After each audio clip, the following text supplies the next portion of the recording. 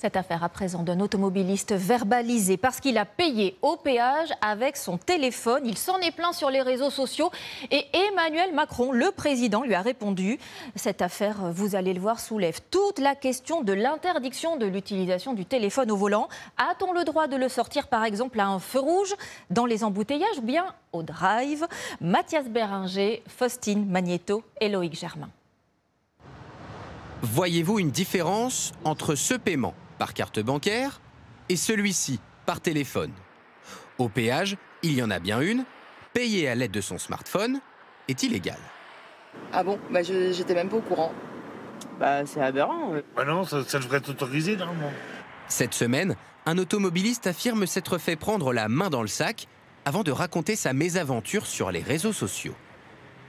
Et je paye un Apple Pay, j'ai payé le péage. Mais quand je vous dis instantanément, c'est instantanément, moto, gyrophare. Très vite, la vidéo devient virale. 5 millions de vues. Il dit avoir écopé d'une amende et ne comprend pas pourquoi. Je l'ai déjà fait plusieurs fois d'ailleurs, je pensais que c'était normal et je connais pas mal de gens qui le font. Un geste devenu banal, à tel point que cette situation a étonné jusqu'à l'Élysée. Emmanuel Macron lui a directement répondu. Je crois qu'en 2025, on doit pouvoir payer au péage avec son téléphone. Donc j'ai passé le dossier au ministre de l'Intérieur. Que dit la loi aujourd'hui? Téléphoner au volant, vous le savez, c'est interdit et est passible d'une amende de 90 € et d'un retrait de 3 points sur le permis de conduire.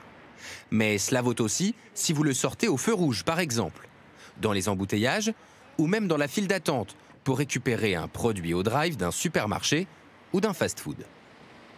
Le code de la route prévoit une verbalisation dès lors que vous tenez en main votre téléphone portable, quel que soit l'usage que vous en faites, et à partir du moment où votre véhicule est dans les voies de circulation.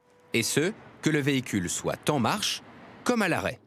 Utiliser son téléphone reste légal lorsqu'il est accroché sur un support comme celui-ci pour utiliser votre GPS par exemple.